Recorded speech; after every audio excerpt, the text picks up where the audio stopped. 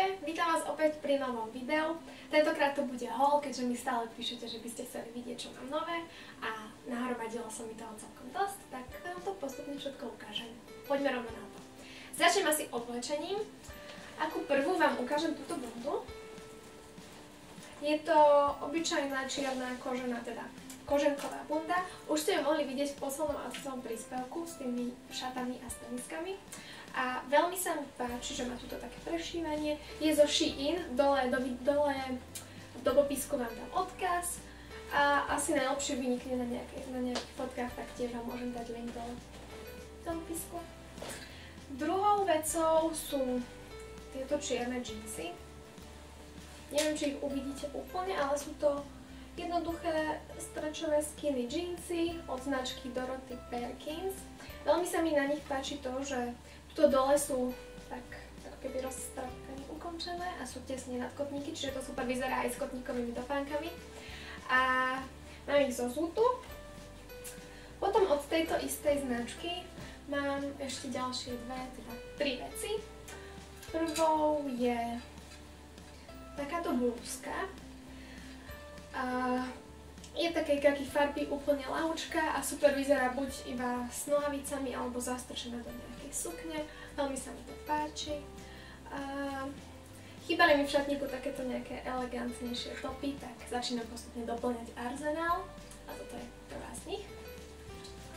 A potom vec, ktorá sa mi naozaj veľmi páči, je takáto červená vesta. Musím si nejako naprávne užívať. Je to taká dlhšia červená vesta, skoro pokolná, je tiež úplne z takého ľahkého materiálu. A tuto vpredu má také cípy, čiže dá sa takto v pase zaviazať a veľmi dobre to vyzerá a mám s ňou naplánovaný už ďalší outfit, tak si na to počkajte. Takže to je vesta. Inak tiež značky Dorothy Perkins zo Zootu. A posledná vec z oblečenia vlastne sú tieto topánky. Už som vám ukazovala ich fotku aj na Facebooku, kde som sa vytešovala z toho, že som ich vôbec našla, pretože o takýchto topánkach som snívala už dlho. A včera mi konečne prišli.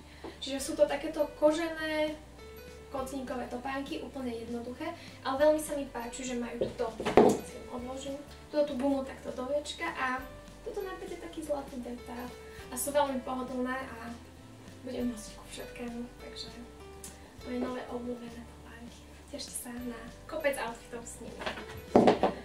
A to by bolo... A nie, ešte jedna vec z oblečenia. V takejto peknej taštičke. Áno, je to...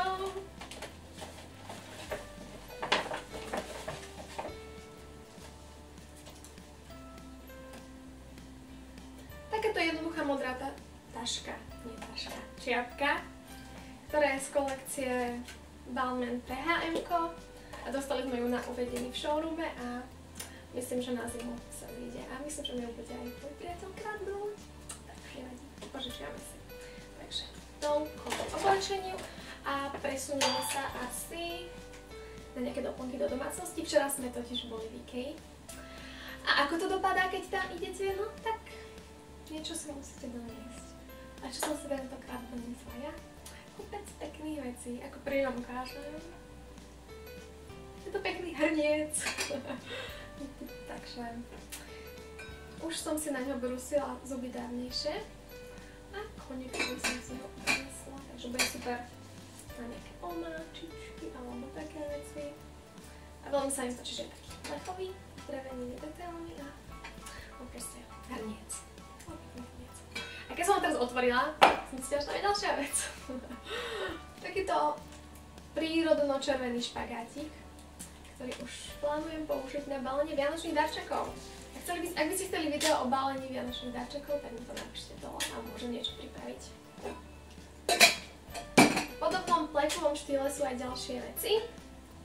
A sú to tieto dva džbániky, ktoré som už tiež dlhšie obzerala. Povedala som si včera, že prečo si ich konečne nezadovážiť. A tak išli so mnou domov a úplne nevidím také veľké kytice kvetov. Teším sa na jar, ako ich použijem, ale možno aj tak som mohla. Takže toľko pekné špániky. ďalšia vec, do ktorej som sa zaľúbila na prvý pohľad je... Tadá! Je to vianočné svetielka. A dokonca aj svietia. Takže to keď som videla, tak som vedela, že s tým musím odísť. A myslím, že si to nenechám na okne iba cez Vianoce. Takže sú takej medenej farby, 4 hviezdičky a sú na baterky, takže nemusíte sa nebude vám zavádzať niekde nejaká šnúra alebo čo. A už od včera ich mám na okne a veľmi sa z nich teším. Takže ak chcete aj vy nejaké pekné vianočné svetielka, tak viete, kam máte ísť. A potom tu mám už iba také drobnosti, ako napríklad nožnice. No, videli ste už takéto pekné nožnice. Takže nie, tak tu sú. A potom ešte mám také vianočnejšie pečenie, takéto papierové formučky. Sú tam také malé na muffinky alebo na cupcakey a potom také väčšie na nejaký chlebíček. To musím čoskoro vyskúšať. A vyzerajú veľmi pekne, sú takého hrubšieho papiera a potom sa im páčia. A z vianočnej kolekcie som si kúpila aj tieto servítky, ktoré sú úplne s takým jednoduchým grafickým vzorom, ale to sa mi práve páčilo. Takže servítky, potom iba takéto jednoduché metalické menovky na tarčeky. Tiež si ide, vianočný vzorom. A posledná vec. V Ikei sú obyčajné utierky, teda nie sú úplne obyčajné, sú také čierne, s jemnými prúžkami a to super vyzerá na fotkách, takže teším sa. No a to by bolo z Ikei asi všetko. A inak niečo som kúpila aj pre vás, takže ešte sa na súťaž. A potom tu mám ešte... tašku plnú pekných vecí. Tadá! Takáto taška s pečiatkou Just Love. Takže možno ste už videli na Facebooku, som tam niečo pridávala. Ale je to taká značka jednej mladej, šikovnej baby z Bratislavy, ktorá začala šiť takéto pekné plišáky, ktoré sú úplne popularné. No, toto je zajac, panda. Mačka s tým najdlhším chvostom ever, takže je to úplne pekné. A ešte okrem toho ste mohli si všimnúť už aj túto sadu. Takáto lištička, ktorá je úplne veľmi príjemná mekučka a viete, čo je najlepšie? Má tam vyšité R, ako Rebeka. Asi. Takže to sú zvieratka značky Just Love a ešte sa môžete tešiť na nejakú súťaž. Takže super tip na vianočný darček. No a pozerám, čo nám tu ešte zostalo. Zostala tu ešte nejaká kozmetika. Tak. Mám tu túto ceruzku na pery z Avonu, ktorá je teraz z nejakej novej kolekcie. Ultra Color Lip Crayon. A má takúto veľmi peknú tmavo-fialovú farbu. A už som ju skúšala cez víkend. A naozaj veľmi dobre drží, takže určite uvidíte aj v nejakom outfite a tak. Určite odporúčam. K tomu máme takýto party trblietavý lak, ktorý som ešte neskúšala, ale vyzerá super, tiež je tak do fialová. To som vedela, ako bude vyzerať na nechtoch. Predposlednou vecou je tu to takéto čistiace mlieko Nutra Effects, ktoré musím vyskúšať. A to by bolo asi všetko. Celkom rýchlo sme to zmákli.